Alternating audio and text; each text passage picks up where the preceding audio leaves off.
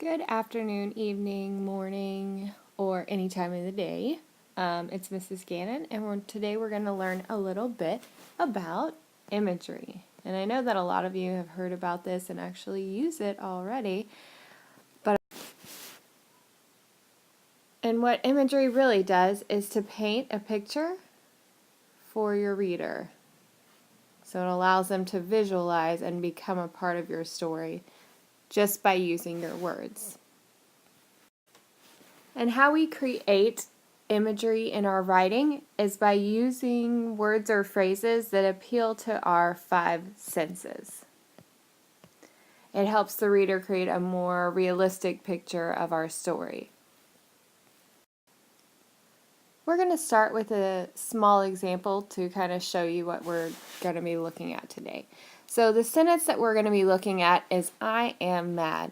And we've all seen sentences like this before, and we've probably seen it in second grade, maybe first grade writing, but that doesn't really give us a picture of this character. I can say, I am mad, and nobody in the world knows what's happening to me. So I'm going to try it now by rewriting it using some of my senses. I don't have to use all of my senses, but try to incorporate a couple of senses in there so that you can create a more vivid picture. Now look at this sentence. My teeth were clenched. I could feel my fists squeezed tightly together as my face became a dark shade of red. So as a reader, they are able to create a better picture because you're describing it. You're showing them. You're not telling them, I am mad. You're showing them, I am mad. So you may have heard about that before, showing versus telling. And in our writing, we definitely want to show our readers and not just tell them. So let's look at another example together. Our next example sentence that we're going to use is, I was sad. Now we know we want to show our reader and not just tell them. So I don't want to use I was sad because I definitely think if I go back to a second or first grade classroom that that's the kind of writing I see. But now we're in fourth grade and I know we can use our imagery to really show our readers instead of just tell our readers. And when I think about sadness, I think about maybe tears, maybe you're kind of curled up in a ball, if you're on your bed, kind of any kind of things that you think of when you say this feeling might help you when you're going into your writing. So I'm going to start with tears were dripping off my face.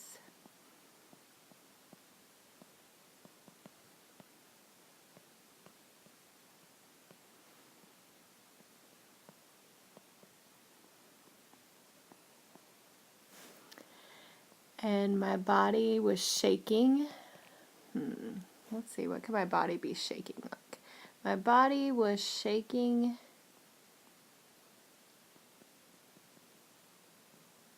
like a tree in the wind.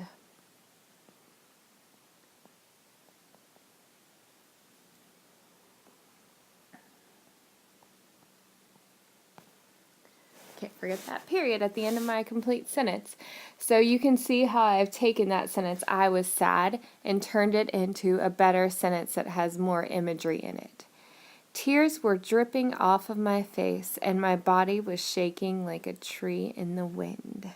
It grips your reader a little more and it pulls them in. So it's another way to keep your reader involved in your writing so they don't get bored. They're interested. They want to know what's going to happen next so they can create these pictures in their head just like you do with your favorite books. We can also do this with types of weather. You can really do imagery with anything that's in your story, but these were just a few easy examples that I knew you could try at home before you come to class. So this one, the sentence we're going to look at right now says, it was snowing. So it's another example of one of those three simple word sentences that as fourth graders, I know we've developed our writing more and we don't have to depend on these boring sentences that tell our reader instead of showing. So now I'm going to show instead of tell, it was snowing using imagery. So let's see what you think. So what do you think? All around me, snowflakes were dancing until they disappeared into a blanket of white. So never once did I just say it was snowing. I showed my reader by using words or phrases that appealed to the five senses. Now it's time for your challenge. And for your challenge, you're going to complete 2 sentences using imagery. Your first one you're going to change is I was scared. And the second one you're going to change was it was raining. And you're going to be using imagery to paint the picture for your readers. So don't forget, you can use metaphors, similes, alliteration, any of those figurative language tools that we've talked about in class are some that you see in your mentor text that we've been reading. So please use your books as mentor text and use what your friends have written in class to help with your process in writing. Because we're not just copying those writers, we're learning their styles and kind of incorporating them with our styles. All right, well, have a good night, and I will see you in class tomorrow. Bye.